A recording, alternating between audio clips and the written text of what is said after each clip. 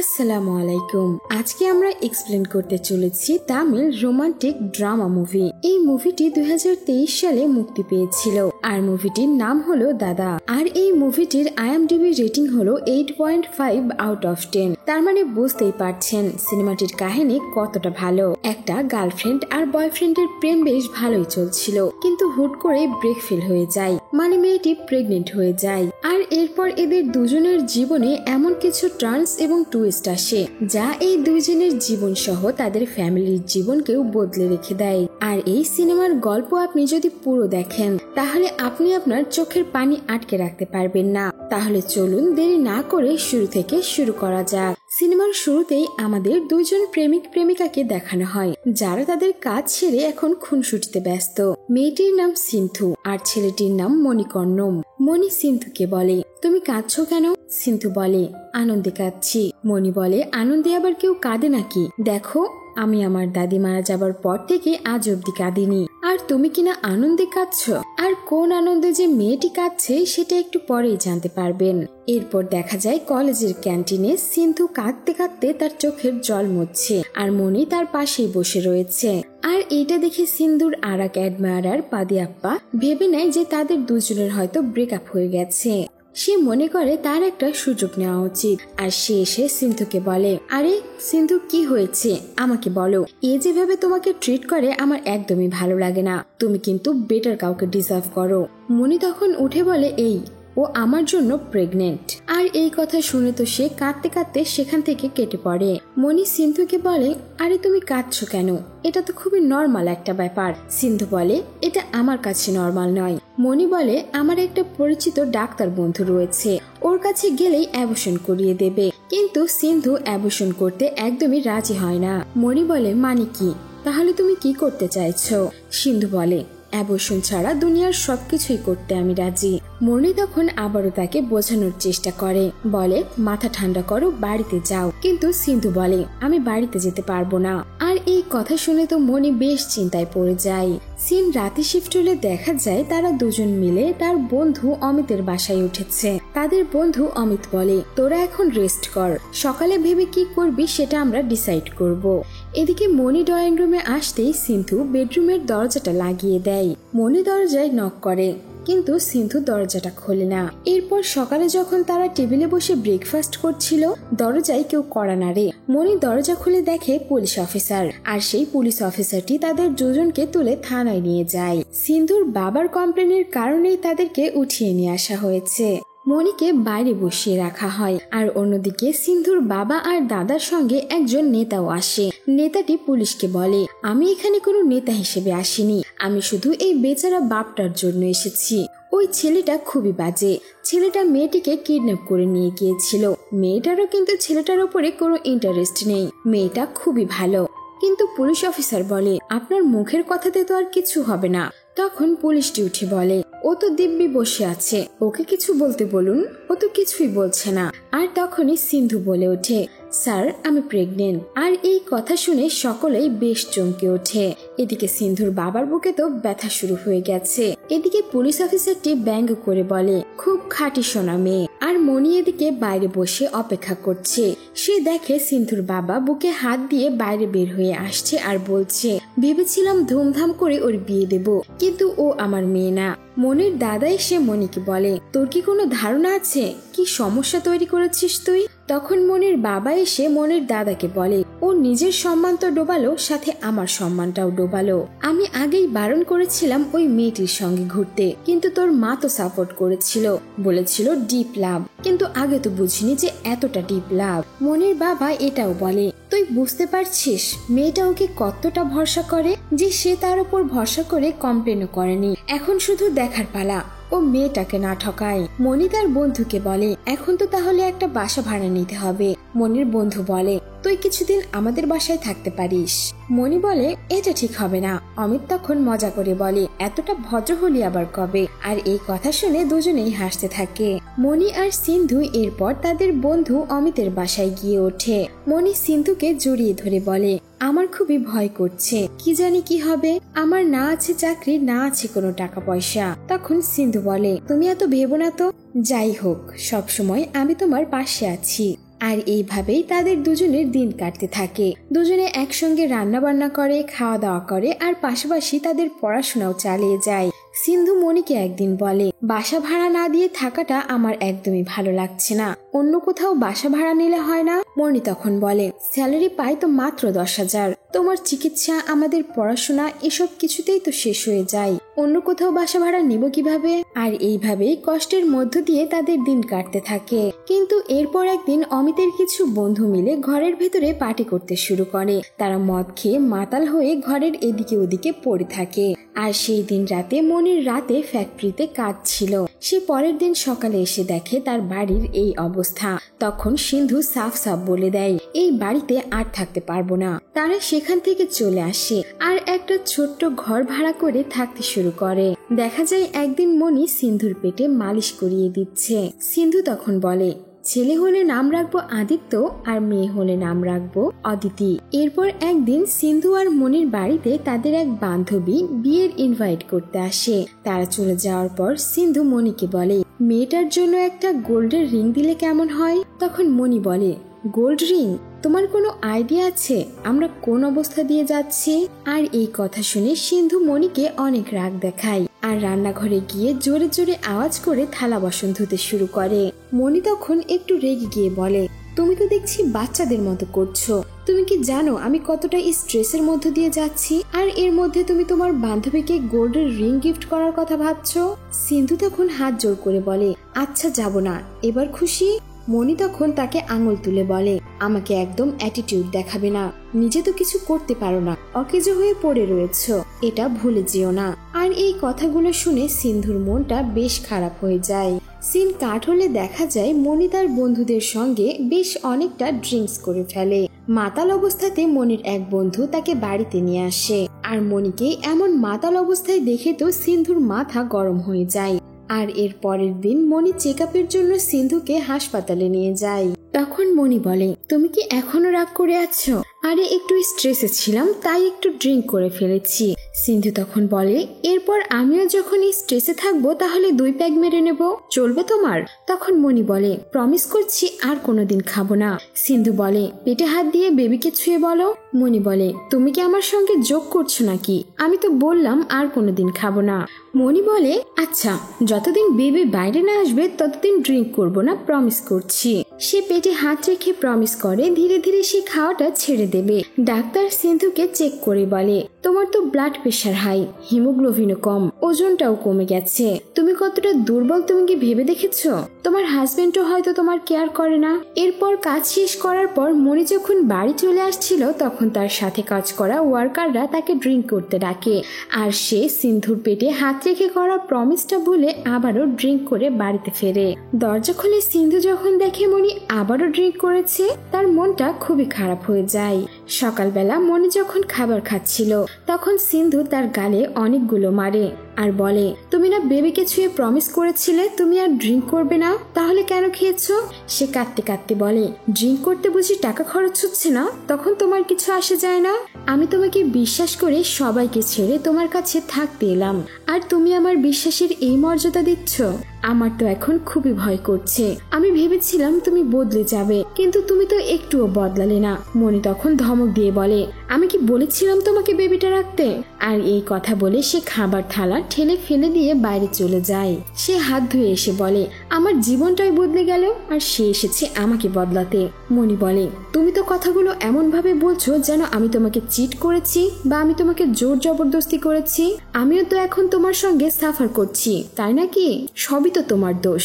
যদি একটু ম্যানেজ করে অমিতের বাড়িতে থাকতে তাহলে তো আমার বাসা ভাড়ার খরচটা অন্তত বেঁচে যেত। একসঙ্গে কাজ করতে গেলে তো একটু একটু ড্রিঙ্ক করতেই হয়। তোমার মুখের দিকে তাকিয়ে আমি কাজ করছি। তোমাকে তো আগেই বলেছিলাম ওই আবর্জনাটাকে পেট থেকে বের করে ফেলে দাও, কিন্তু তুমি দাওনি। সিন্ধু মনির এই কথাগুলো শুনে অনেক কান্না করতে থাকে আর বলে, তুমি এভাবে কেন কথা বলছো? আমি কি তোমার সঙ্গে সাফার করছি না? মনি তখন বলে, তোমাকে আর অ্যাডজাস্ট করতে হবে না, যদি ভালো না লাগে চলে যাও। সিন্ধু বলে, আমি এখন এই অবস্থাতে কোথায় যাব? তুমি কি চাও আমি মরে যাই? বলো মরে যাচ্ছি। তখন মনি সিন্ধুকে বলে, ঠিক আছে তাহলে মরে যাও, সেটাই ভালো হবে। এই সব কথা বলে মনি বাড়ি থেকে বের হয়ে যায়। আর সিন্ধু আপন মনেই বসে থেকে কান্না করতে থাকে। একটু পরেই সিন্ধুর পেটে প্রচন্ড ব্যথা হয় আর রক্তক্ষরণ হতে থাকে। সে কোনো মতে নিজেকে ছেঁচড়ে ছেঁচড়ে বিছানাতে আসে। সে বিছানায় শুয়ে শুয়ে মনিকে কল করে, কিন্তু সেই সময় মনির ফোনটা চার্জে রাখা ছিল।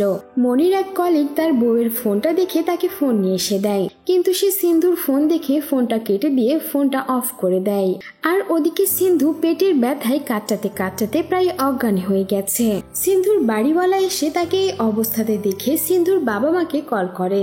তখন সিন্ধুর বাবা আর ভাই এসে তাকে হসপিটালে ভর্তি করে। সিন্ধুকে তারা ইমার্জেন্সি ওয়ার্ডে নিয়ে যায়।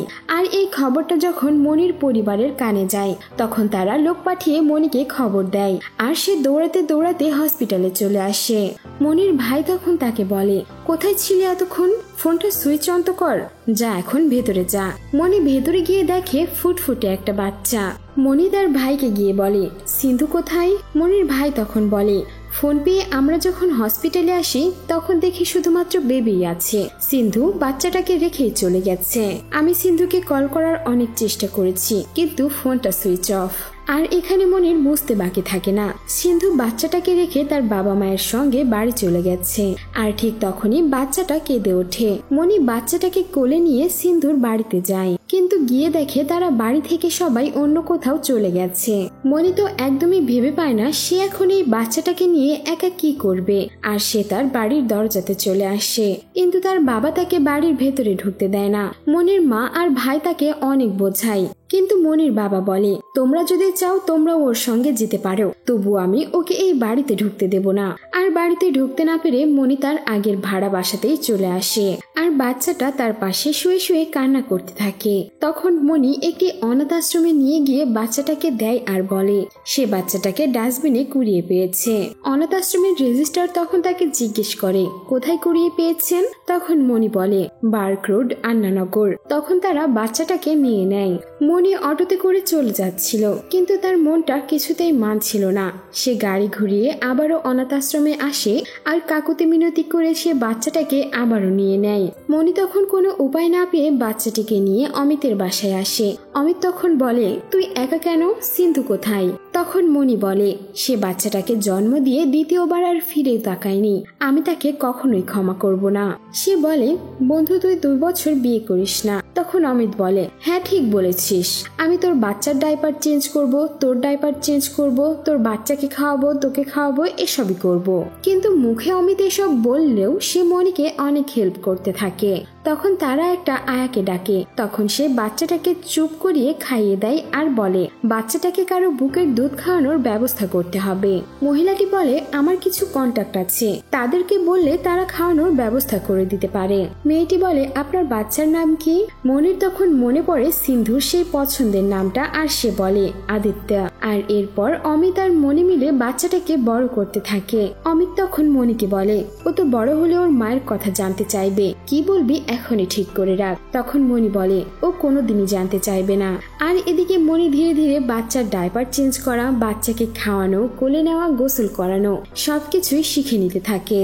আর তাদের আদর যত্নেই আদিত্য বড় হতে থাকে। বাচ্চাটি আস্তে আস্তে বসতে শুরু করে। তখন মনি বলে, বলো আম্মা। কিন্তু বাচ্চাটি বলে ওঠে দাদা। আর এই দাদা মানে হলো ড্যাডি, আব্বু। আর এইটা শুনে তো মনির বুকটা একেবারে ভরে যায়। আর এইভাবেই একদিন আদিত্য বড় হয়ে যায়। আর তাকে মনি একটি প্রাইভেট স্কুলেও ভর্তি করে দেয়। একদিন তারা বাপ বেটা মিলে যখন বাড়ি ফিরছিল, আদিত্য বলে, বাবা সরকারি স্কুল আর আমাদের স্কুলের মধ্যে তফাৎটা কি? মনি বলে, তেমন কিছু না, সরকারি স্কুলে খরচটা একটু কম। আদিত্য বলে, বাবা তাহলে তুমি আমাকে সরকারি স্কুলেই ভর্তি করে দাও, তাহলে তোমার খরচটা একটু কমে যাবে। বাবার কষ্ট দেখে আদিত্য তার বাবাকে এই কথাটি বলে। একদিন স্কুলে সে আদিত্য নিতে গিয়ে দেখে আদিত্যর পাটা ছিলে গেছে। কি করে এটা হলো? আদিত্য বলে, সঞ্জয় আমাকে ফেলে দিয়েছে। তখন সে গিয়ে দেখে সঞ্জয় তার গার্জিয়ানের পেছনে লুকিয়ে রয়েছে। তখন মনি বলে, আপনার নাতি আমার ছেলেকে ফেলে দিয়েছে, এরপর এমন করলে ভালো হবে না কিন্তু। তখন লোকটি বলে, কি, ওকে দেখে আমার নাতি মনে হচ্ছে? মনি বলে, হ্যাঁ তাই তো মনে হচ্ছে। আর এইটা বললেই তাদের দুজনের মধ্যে হাতাহাতি শুরু হয়ে যায় আর লোকটি পড়ে যায়। সে বলে, তুই আমাকে আমার বাচ্চার সামনে অপমান করলি, তোকে আমি ছাড়বো না। আর লোকটি গিয়ে সোজা কেস করে দেয় মনির নামে, কারণ সে তার সন্তানের সামনে তাকে দাদু বলেছে। এদিকে আদিত্য মনিকে বলে, বাবা কখন বাড়ি যাবে? আমার খুবই খিদা পেয়েছে। মনি বলে, অমিত আঙ্কেল এসে তোমাকে নিয়ে যাবে, আমি এখানেই থাকবো। তখন আদিত্য ওই লোকটিকে গিয়ে বলে, আঙ্কেল তুমি আমার বাবাকে ছেড়ে দাও, আমি আমার বাবার সঙ্গে থাকবো। আর এই কথা শুনে লোকটির মনও গলে যায়, আর সে সেই কমপ্লেন পেপারটা ছিঁড়ে ফেলে দেয় আর বলে, চলো তুমি তোমার বাবার সঙ্গেই চলো। বাইরে এসে লোকটি মনিকে বলে, তুমি এত অ্যাগ্রেসিভ কেন? নিশ্চয়ই তুমি তোমার জীবনে কোনো আঘাত পেয়েছো। মনি তখন তার চাকরি হারিয়ে যাওয়ার কথাটা বলে। সেই লোকটি বলে, আমার নাম গোকুল। আর সে মনিকে একটি কার্ড দিয়ে বলে, এ স্যার ভেনুগোপাল আইটি ম্যান, এ তোমাকে কাজ দেবে, খুবই ভালো মানুষ, আমার ভাইয়ের মতো। মনি ইন্টারভিউ দিতে যায়, আর তখন ভেনুগোপাল বলে, হ্যাঁ তোমার কথা শুনেছি, যাও কাজে যাও, ম্যানেজার তোমাকে সব কাজ বুঝিয়ে দেবে। মনি তখন থ্যাংক ইউ বলে সেখান থেকে উঠে যায়। তখন একটি লোক এসে মনিকে বলে, আপনি এখানে বসুন, ম্যানেজার এসে আপনাকে কাজ বুঝিয়ে দেবে। আর একটু পরেই সেখানে এসে ম্যানেজার বসে, আর ম্যানেজারকে দেখে তো পুরাই অবাক হয়ে যায় মনি। আর এই ম্যানেজার আর কেউ নয়, তারই বাচ্চার মা সিন্ধু। মনি সিন্ধুকে দেখে ভীষণ রাগ করে, আর সে গিয়ে ওই লোকটিকে বলে, স্যার আমি এখানে কাজ করতে পারবো না। সে সব ঘটনা ওই লোকটিকে খুলে বলে। তখন লোকটি উঠে বলে, আরে তুমি কেন বিরক্ত হচ্ছ? তুমি তোমার কাজ করবে, ও ওর কাজ করবে। ও তো দিব্যি সবকিছু ভুলে নিজের লাইফটাকে এনজয় করছে, তুমি কেন ওর জন্য কম্প্রোমাইজ করবে? নিজের জন্য না হোক, আদিত্যর জন্য তো এগিয়ে যাও। আর এইসব কথা শোনার পর মনি অফিসের কাজ শুরু করে। আর এরপর একদিন রাতে মনি আদিত্যকে বলে, তুমি কি জানো মা কেমন হয়? তখন আদিত্য বলে, জানি তো কেমন হয়। তখন মনি বলে, তাহলে আমাকে এতদিন জিজ্ঞেস করনি কেন? আদিত্য বলে, কারণ আমি জানি তুমি মাকে পছন্দ করো না। মনি বলে, কে বলেছে তোমাকে এসব কথা? আদিত্য বলে, আমি তোমার আর অমিত আঙ্কেলের কথা শুনেছি। মনি তখন বলে, তুমি কি মাকে চাও? এই কথা শুনে আদিত্য কিছু বলে না, বলে ঘুম পাচ্ছে। এই বলে সে ঘুম পাড়ার নাটক করতে থাকে। আর এর পরের দিন অফিসের করিডোরে সিন্ধুর মুখোমুখি হয়ে যায় মনি। সিন্ধু পাশ কাটিয়ে চলে যায়। তখন ওই অফিসের একজন লোক এসে মনিকে বলে, কে তুমি? পরের সিনে দেখা যায় মনির কেবিনে মিটিং চলছে, তাকে একটি কাজ দেওয়া হয়েছে, আর এই পুরো টিমটিকে লিড করবে মনি। মনি সবার সামনে নিজের পরিচয়টা দেয়, আর এরপর তারাও একে একে মনির সঙ্গে পরিচিত হয়। আর সেই লোকটি সারাভান, সে মনিকে নিজের টিম লিডার হিসেবে দেখে বেশ অবাক হয়। এরপর একদিন ক্যান্টিনে লাঞ্চ করার সময় মনি দেখে সিন্ধু বসে একটি ছেলের সঙ্গে কথা বলছে। আর একটু পরে ওই লোকটি বের হয়ে চলে যায়।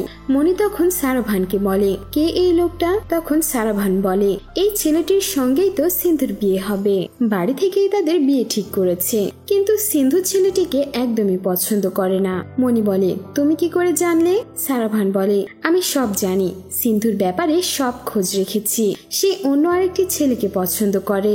বলে সে নিজের দিকে ইশারা করে, মানে সেও সিন্ধুকে ভালোবাসে আর কি। এরপর দেখা যায় সিন্ধু একটি মেয়েকে খুবই বকাবকি করছে আর বলছে, ইনস্টাগ্রামে তো ঠিকই ছবি পোস্ট করতে পারো, আর কাজের বেলায় নেই। আর তখন সেখানে মনি এসে বলে, কি হয়েছে?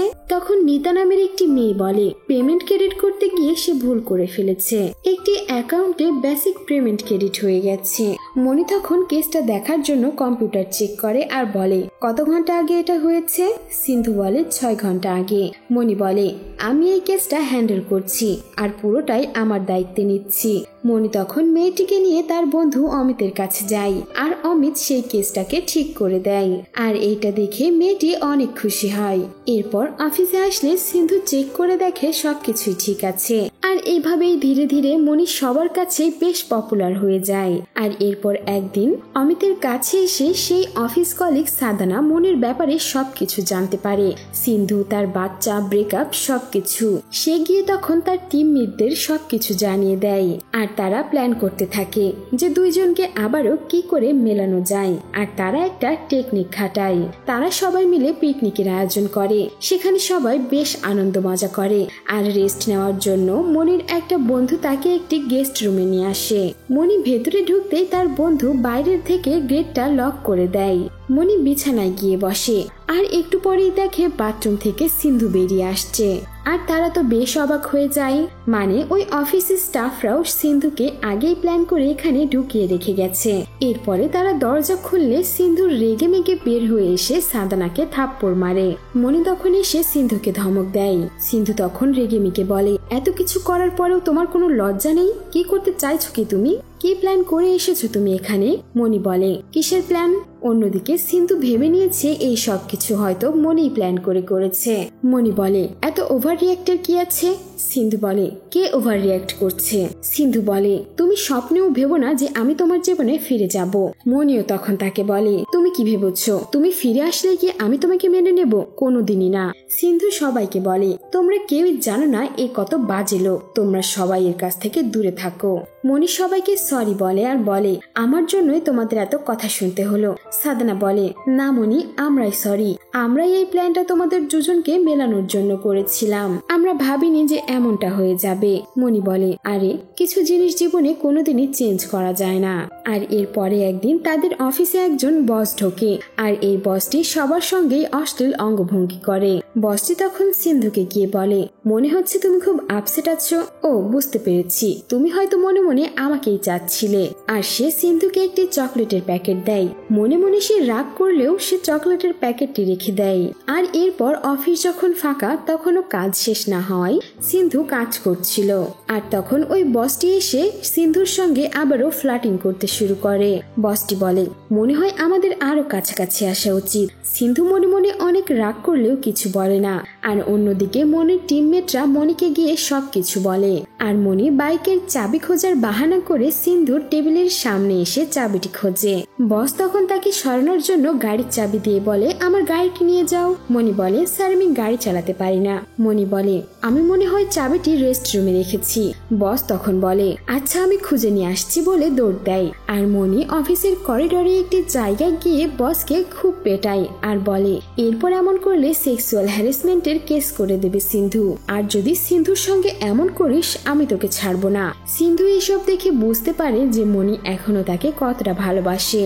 আর অফিস থেকে বাইরে বের হয়ে সিন্ধু গাড়ির জন্য ওয়েট করছিল। তখন স্কুটি নিয়ে এসে সিন্ধুর সামনে দাঁড়ায় মনি। মনির উপরে সিন্ধুর মনটাও অনেক নরম হয়ে যায় আর সে মনির স্কুটিতে উঠে বসে। সিন্ধু মনিকে বলে, তুমি কি আমার জন্যই বসকে মারলে? মনি বলে, হ্যাঁ মারলাম। তোমার দিকে যদি কেউ বাজে নজরে তাকায় আমার একদমই সহ্য হয় না। পরের দিন অফিসে গিয়ে সিন্ধু শোনে মনি এই অফিস থেকে চলে যাচ্ছে, কারণ সে তো তার বসকে পিটিয়েছিল। মনির শিফট হওয়ার কথা শুনে সিন্ধুর অনেক মন খারাপ হয়। অফিসের সবাই যেহেতু মনিকে অনেক ভালোবাসে তাই তারা মনির ফেয়ারওয়েলের একটা পার্টির আয়োজন করে। মনি তার অফিসের শেষ দিনে তার ছেলে আদিত্যকে নিয়ে যায়। আর পিচ্চি আদিত্যকে দেখে তো তারা সবাই বেশ খুশি হয়ে যায়। তারা সবাই আদিত্যের সঙ্গে খেলা করতে থাকে। আর লুকোচুরি খেলার সময় আদিত্য দৌড়ে গিয়ে সিন্ধুর পেছনে লিফটে লুকিয়ে পড়ে, কিন্তু সিন্ধু তো এখনো জানে না যে এটা তারই সন্তান। এরপর দেখা যায় সিন্ধু তার অফিসের কেবিনে বসে কাজ করছে আর আদিত্য এসে উকি দেয়। সিন্ধু তাকে ভেতরে ডেকে সেই চকলেটের প্যাকেটটা দেয়। সে বলে, তোমার নাম কি? বাচ্চাটি বলে, আদিত্যা। নামটি শুনে সিন্ধু একটু চমকে যায় আর বলে, তোমার বাবার নাম কি? তখন ছেলেটি বলে, মণিকর্ণন। সিন্ধু তখন বলে, তোমার মায়ের নাম কি? আর তখনই সারাভান মনে করে বাচ্চাটি হয়তো তাদের ম্যাডামকে ডিস্টার্ব করছে, তাই সে আদিত্যকে নিয়ে চলে যায়। সিন্ধু এতক্ষণে সবকিছু বুঝতে পারে আর তার বাবাকে ফোন দিয়ে বলে, তোমরা যে বলেছিলে আমার বাচ্চা মারা গিয়েছে। তখন তার বাবা বলে, আমাদের ভুল হয়ে গেছে, আমরা মিথ্যে বলেছিলাম। আর এই কথা শুনে সিন্ধু কান্নায় ভেঙে পড়ে। সে বুঝতে পারে তাকে মিথ্যে বলে মনির কাছ থেকে দূরে সরিয়ে দেওয়া হয়েছিল। আর মনি এই 4টা বছর ধরে বাচ্চাকে একাই মানুষ করেছে। এরপর দেখা যায় মনি আর সিন্ধু মুখোমুখি বসে আছে।